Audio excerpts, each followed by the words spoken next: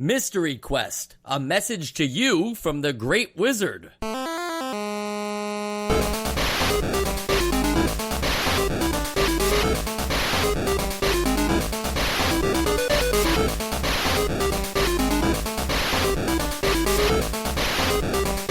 And welcome to Nostalgia, a chronological exploration of every NES game released in North America. I'm Mike. I'm Sean. I'm Joe. And I'm Sam. You know, the entire back of the box is that message from the Great Wizard. So I'm just going to pass on all that, but like that's why it doesn't really make that much sense. The Mystery Quest is not the message. The Mystery Quest actually is not a mystery at all because it is the quest to become a wizard. So why didn't they just call it Wizard Quest? I thought that he already had like the basic wizarding like training, and this was just like him trying it all out, you know? I think he's a junior wizard. Okay, I mean, that's still like a wizard. He's like a Hogwarts level wizard. Okay, yeah, I get that. Yeah, do you think that was premature of Hagrid to tell Harry he's a wizard? Like, he really didn't know anything. Yeah. Yeah, It's yeah. like, oh, Well, you're wizard a is like a PhD rank. student. Sam, Yeah. are you upset that it's called Mystery Quest, but the quest is not a mystery? I'm just upset at the name in general. It's just kind of... It feels very last minute to me. Especially when you consider that this game is it had like a Famicom version that was much more involved and had a bigger title and everything like that. I wish I had that information freehand, but I don't. But like the idea that like they took this game that was about like a witch boy who had a broomstick and everything like that, and then just was like, nah, this is just a kid who's got somewhat magical powers, but now he's on a quest to become a wizard. It just feels like, I don't know, were wizards a big thing in 1989? The Wizard movie was coming out, right? Well, also wasn't like, I mean, we're in like still in somewhat of like Dungeons and Dragons territory and stuff too. Oh yeah, with these early RPG-ish games, yeah. What is the Wizards movie? The Wizard? Isn't that the movie where they revealed Super Mario Brothers 3? Yeah, that's the video game movie, right? Okay. Yeah. It has nothing to do with it. Yeah. I see. But I was, it's 1989. Everybody's looking forward to that movie to get like their first view at Super Mario Brothers 3. It's crazy that was like that year's E3 was like at the movie theaters. E3 89. So this is a, how do you want to? It's because it's mostly a platformer, but it does have some RPG-ish elements to it. So I'm gonna say adventure game where you play as, do they give him a name? Is he just boy? Like I can't remember. Or H-A-O. Okay, I think I heard some words there, Sean. What's his name? How?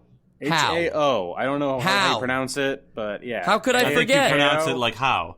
I thought it was Hey-o, Jesus. but I could be wrong.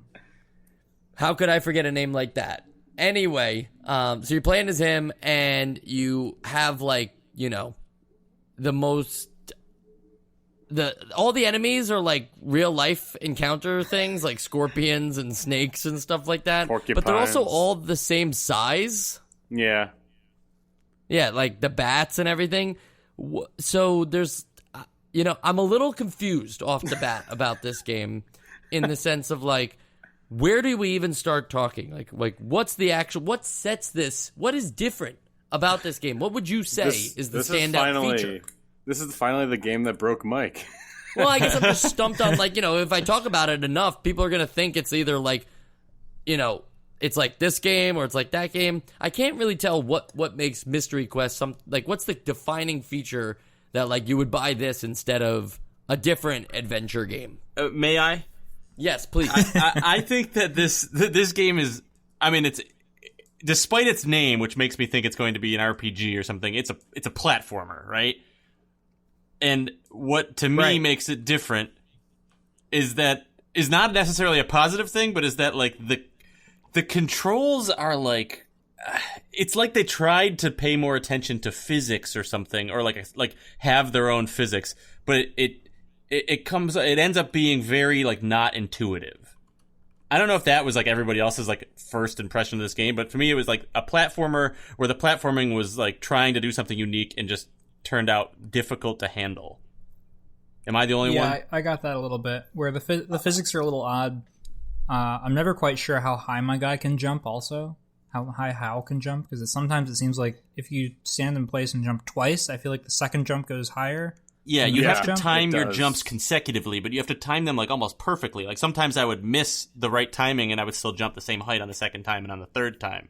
But then there are plenty of platforms in this game that I am not certain I can get to, if I can get to or not, for like 10 minutes. And then I'm like, oh yeah, I could have gotten to that. I just had to hit it exactly perfectly. Where like other things where I'm like still pretty certain I never could have gotten to it, but like there's a little bit of doubt in my mind. Like maybe there's that perfect, like frame perfect input I can put in to get to that platform. And that, to me was like what made this different from all the other platformers we've played so far. Yeah, I'd say I'd agree with Mike that it's sort of like an adventure game with a lot of puzzle platform elements. It does have a wonky physics engine, I guess, in that, like, there are 3 jump heights, and you have to land 2 jumps in rhythm to get to, like, that maximum third jump height, which is only slightly higher than the second. There's also a weird way to go faster by, like, I guess just, like, spamming the attack button while you're moving. And all of this is to make the puzzles exist, because really there aren't that many different things that are going on that make any one screen have a puzzle in it to like either get a key or get a very specific jump in, which is sort of why you have to worry about how many jumps in a row you've made, or to just guess at what blocks to blow up. Those are really that's the tool set for the puzzles in this like labyrinth game.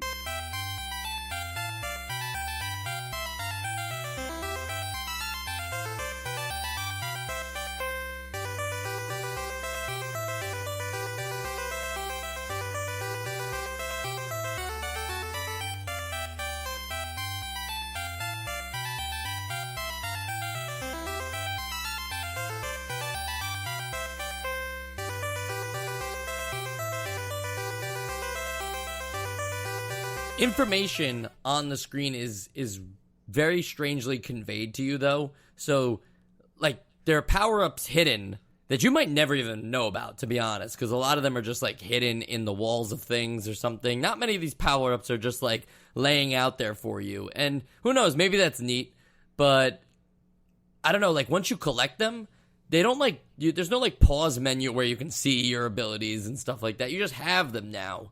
And then there's, like, your location, which doesn't really matter. It's like a, like a number dash letter thing, but you're never really like getting lost or in a particular, it's not really like a maze.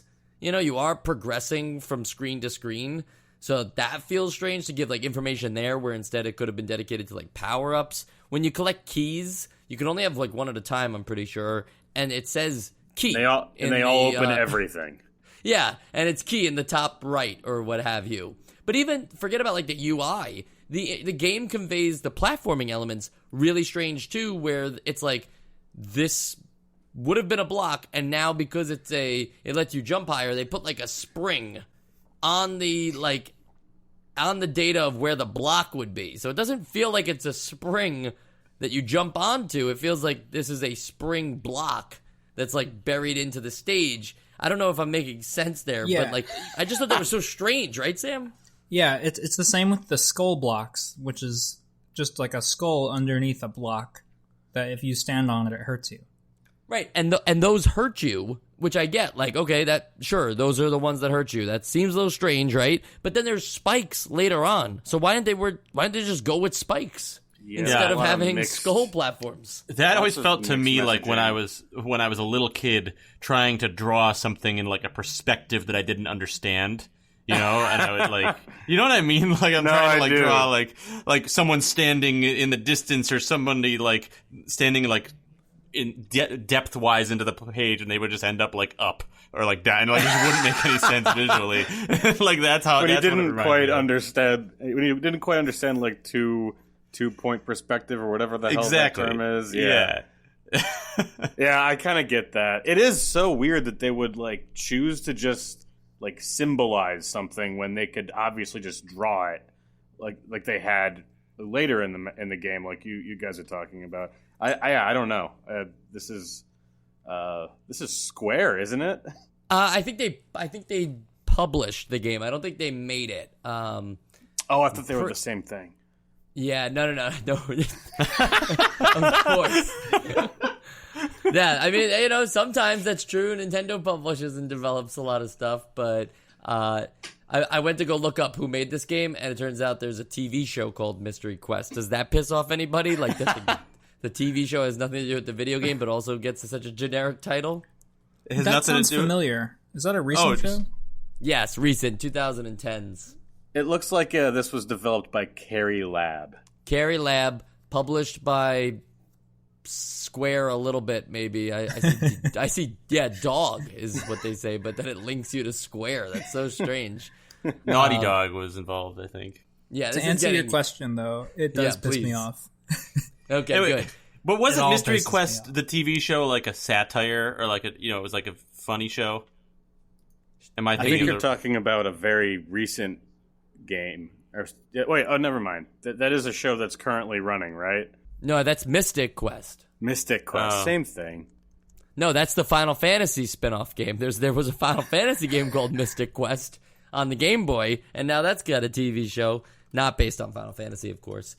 But let's get back to Mystery Quest for a second. I've got to talk about these enemies with you guys. What were they thinking? What is going on here? You could play this whole game without even having to touch any of the enemies, right? Like, they're small. You can jump over them. There's no need to defeat any of them other than, like, I don't know, would you call them sub-bosses or bosses of the levels, the ones that give you the keys. Like, those guys maybe are a little more intimidating. But the fact that you're just fighting, like, guys that are smaller than you the whole game just feels very strange. But they jump in your face. They, like, get in your way. Yeah, but just take a little bit of damage. You have a vitality bar that tells you how much health you have, and you can take a lot of hits. I need those because those sub bosses, like, they can get pretty cheesy. Like the first one that I came across was like a praying mantis sort of thing that just shot out like yellow glowing energy, and that the enemy can shoot through walls, but you sure can't, and it just like stays on the edges. It was just annoying. There was nothing challenging about it. It was just annoying. Similar to the enemies then. If they charge at you and stuff, then you can take care of them pretty easily or just jump over them. I feel like a pacifist run can be done of this game. Also, it's very generous with your vitality. Like, when you get hit, it does not take that much down. You replenish it a lot. Even though it is one of those games that is constantly draining vitality as time goes on, which I always hate.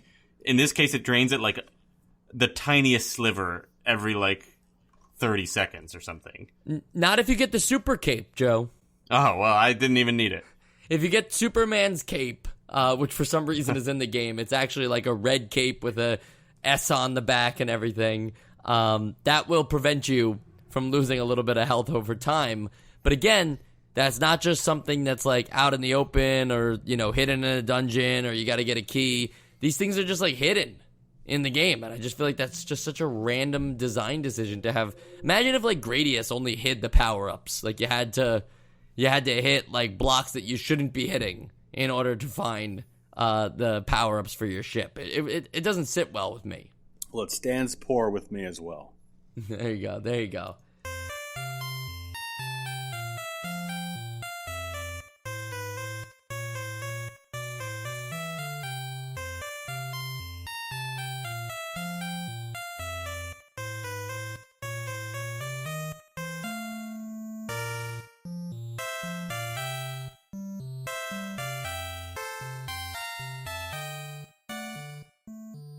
We talked about that I don't like the enemies.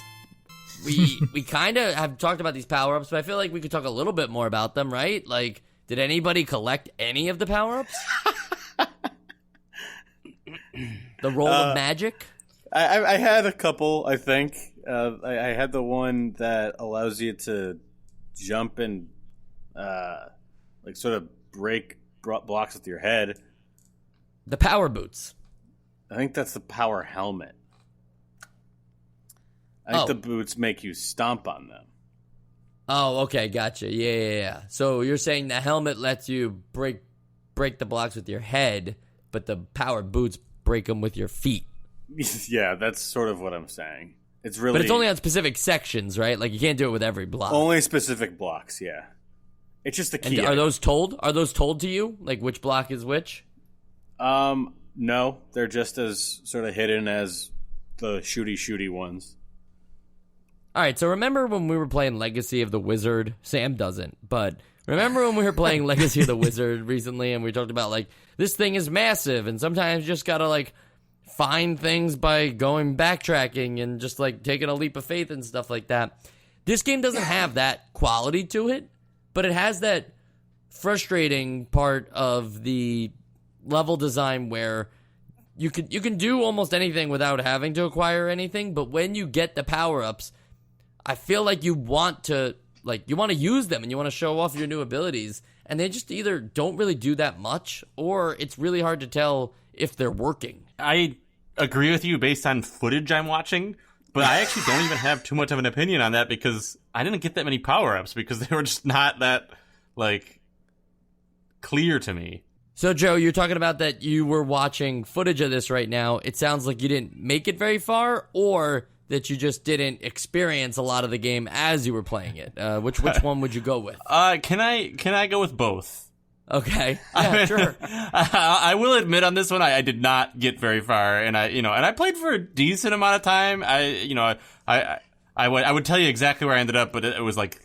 That would be like locate 2M or whatever. They go by that weird mapping system. But yeah, I didn't get very far, but even in what I did not find much in the way of power-ups. I think I had one power-up that like changed my projectile, but I didn't really notice like what difference it made other than like the look of the projectile. So I didn't really have like much of an experience with the power-ups. My favorite thing about this game was standing on the mountains and having stars come out of them. That was like really what did it for me. On a spiritual level? Yeah, I mean, like this is, there are just some games that there are some things about them that make you feel good, and I feel like this game had at least that. It made me feel good. I liked the stars. They swing down and make it a little fun to have to try and grab them. Most fun part of the game. It was a fun part of the game. I mean, they don't swing down. They stay in the same spot. They like arc back and forth.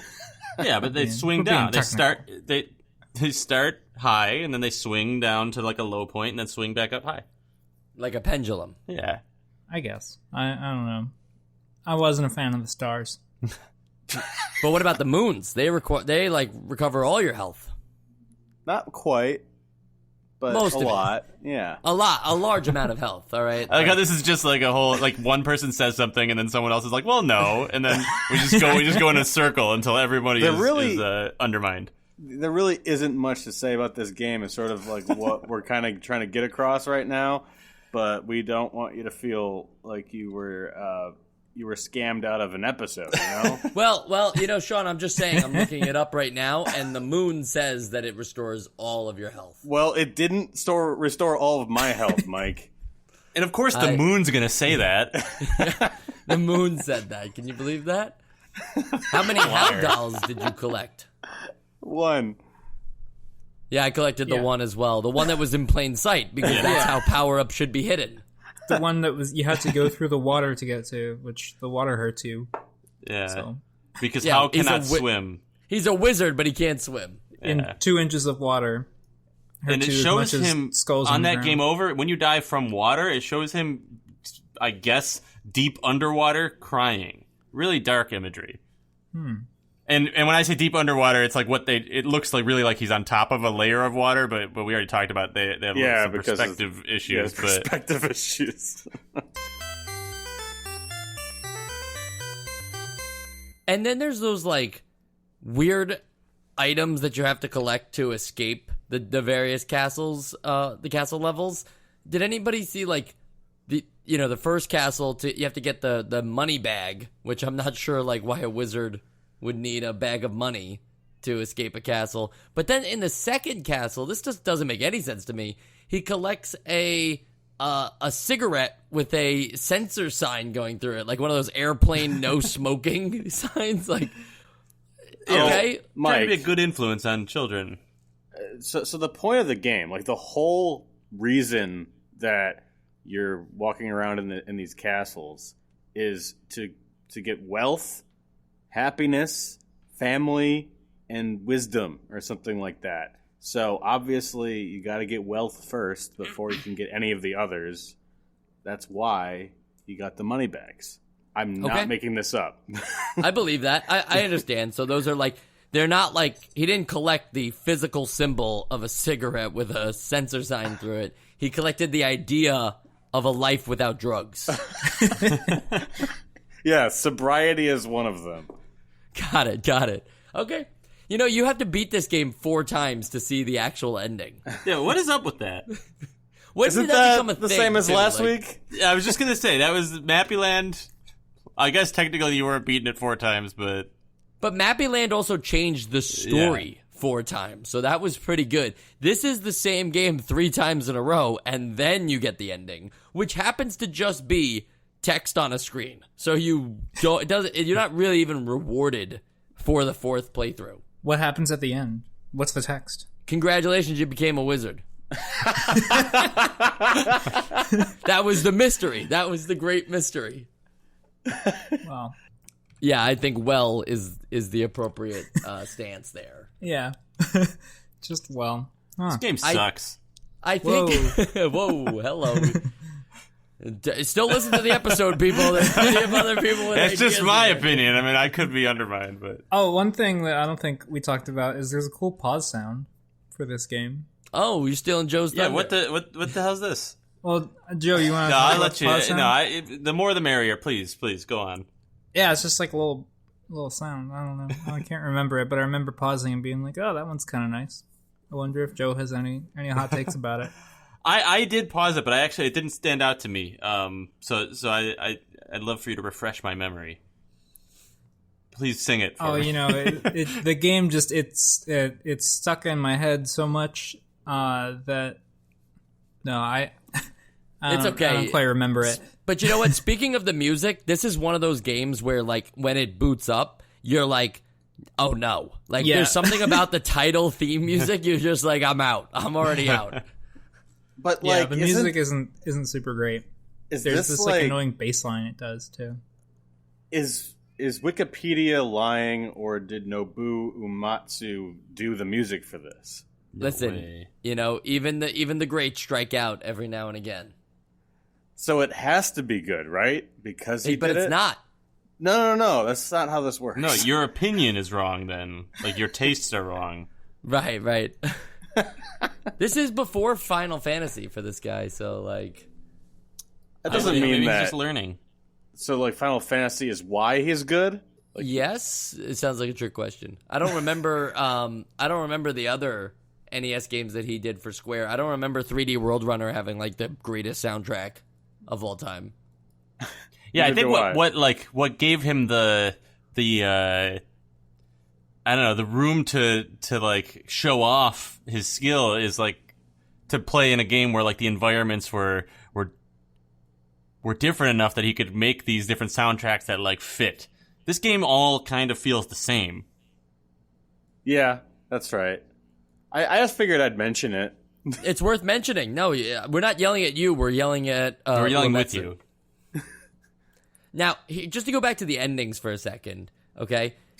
I forgot that, like, yes, the 4th one gives you the quote-unquote good ending, but the other times, it doesn't matter what you do. You could collect every power-up. You could never get hurt in the whole game, right?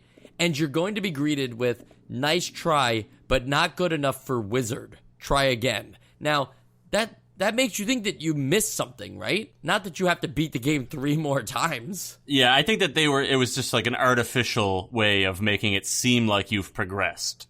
So it's like, people probably wouldn't have known, 4 times is the magic number. They would have just been like, I'm getting better each time, and like there must be some special thing I have to do, and then they get to the end the 4th time, and they're like, oh, finally, like I finally mastered it, even though like there's not like a quantifiable thing that they did differently. But what they needed to do with this was like just to say like, oh, good, you've collected one of the 4 philosophical concepts about having a good life. Go get the rest of them, and not like you did this wrong. Now do it again. So now, the Japanese one. The first time you beat that, it says congratulations, game end. I'm okay with that.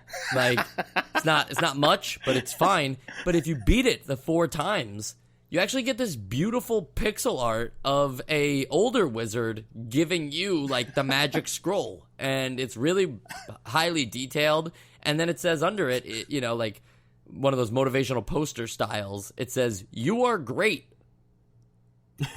This old man is giving this kid the magic scroll. Who wrote those famous lines? That's a quote from who said that again? Nobuo Uematsu. Yeah. All right, wait, real fast. Since we're talking about the endings and then the difference between the Japanese and the English, I think it's just worth noting that the Japanese version of this game, Hao's Mystery Adventure, what have you, that is like an actual full game. Like, for some reason, when this came over, for no limitations of the cartridge or anything like that, they just started removing, like, they removed 3 different castles. They removed, like, 4 power-ups. There's just, like, so much less of a game in Mystery Quest as opposed to Hao's Mystery Adventure. It's boggling to think that there are 4 extra castles. Did they just ship, like, an incomplete build or something? Is that, like, that would make more sense to me than, like, let's just take all this out. Yeah. It's a good question because I'm pretty sure Hao's Mystery Quest was on the Famicom disk system, but technically, like, other than, like, some extra sound and stuff like that, I'm pretty sure... Look, I'm not an expert. I'm just saying, I'm pretty sure that a lot of Famicom disk system games translated over to the NES just fine and just just a different sound system. So I'm not sure why, like, they would be like, no, we don't have room for this. We got to remove 4 dungeons. Like, don't even include the game then. Like, it went from 3 levels to 6. Like, it's crazy. Crazy Taxi. Crazy Taxi is right. Crazy Frog. Yeah, Crazy Frog as well. Lots of crazy things. Oh, yeah. I don't have anything in the sequels and spin-off section here, but if you're like games that start with mystery, maybe I could recommend Mystery Solitaire Secret Island. Came out for Windows in 2006. Or, not related to Mystery Quest, there is Junior Mystery Quest on the Nintendo DS. It looks like it's one of those puzzle visual novel style games. So that's something. There's also Mystery Quest Curse of the Ancient Spirits, which also came out on Nintendo DS and takes place in 1953, but with pirates. And then there's the television show Mythic Quest, which is what I was thinking about earlier, and it's a current show that I haven't seen. Got it. So no Mystic Quest. I made that up, and I was just reading into Final Fantasy. Maybe. Yeah, I don't think there is a Mystic Quest. But I also don't think that there's much of a chance for this game to get on a little something we call the Essential Games list. Joe, you seem to have stated your opinion pretty early on. Would you like to reiterate it for the vote? Well, I joked earlier saying that this game sucks. But we know that I often will find something interesting about a game even when it's bad, and this one I had a hard time with it. I think this game does kind of suck. I mean, it's obviously we've played a lot worse games than this, but this isn't even bad in a fun way to talk about. It was just kind of a frustrating thing. The physics weren't that great. It was sort of uninteresting. Where am I going? Why do I need to get there? It just, I don't know. It all just felt kind of bland to me. And to be honest, I think that the nail in the coffin for me is the physics. I think that made the whole experience frustrating, where it's I don't even care enough to about what's going on to deal with these physics. So, I'm going to put this on the Essential Games list. Very good. No, I don't know how many times we're going to make that joke, but it's not essential. Not essential. You know what? If you were confident that the rest of us weren't going to do it, though, you could put it down. I could have, but then like But I then you know run a risk. us. I know how we like to like take things too far, and then it would be like game of chicken, and everyone would put it on, and then that would be Yep, and then we'd go over to your house for Thanksgiving. I got it. yeah. Sam, give me your vote. Well, this is one of the only games I think that we've played where when you walk sideways, your character's head goes like back and forth a little bit, and you can see like the eye that's on the other side of their head, creating like a nice little 3D effect.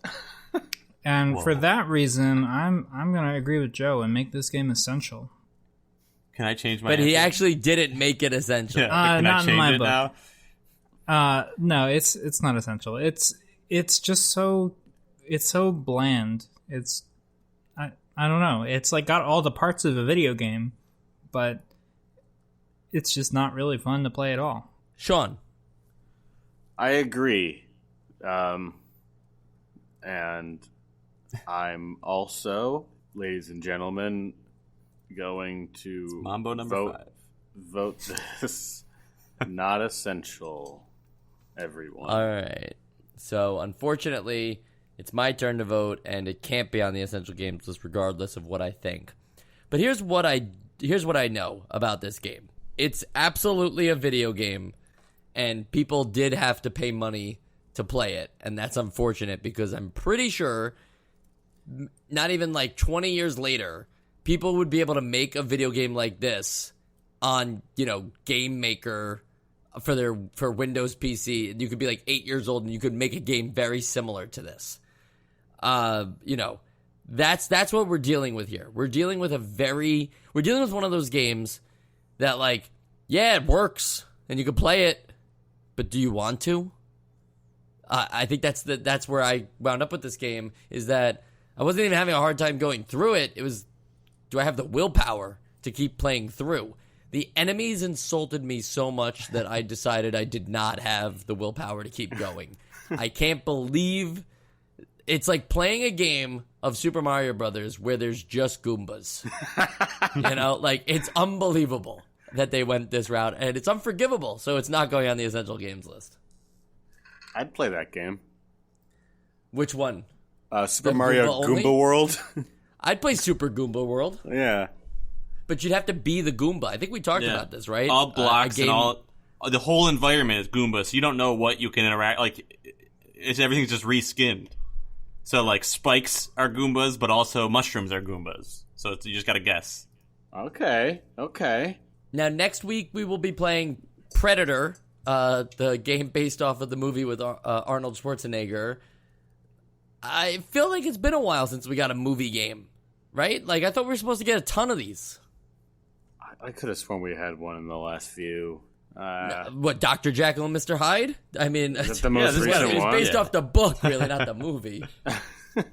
I think the last one I could actually remember is Friday the 13th, and that was a long time ago now. That was over 20 episodes ago. Oh, wow. Oh my god. Damn. Yeah. Time Can't wait flies. for more, then. Yeah. Time flies when you're having fun playing bad games. Anyway, we have Predator, so look forward to that. Then after that, it's Taboo, The Sixth Sense, made by Rare, but Rare's on this thing where they're making like a bunch of board games. So I don't know if this is Taboo, the board game, or not, but I'm really interested to find out like what this is. How taboo is Rare it? has right? Taboo's a board game. Oh, okay. Oh yeah, it's like a cranium. Yeah, and I could Thing, see them right? trying Or to no? make that work, right? Sure.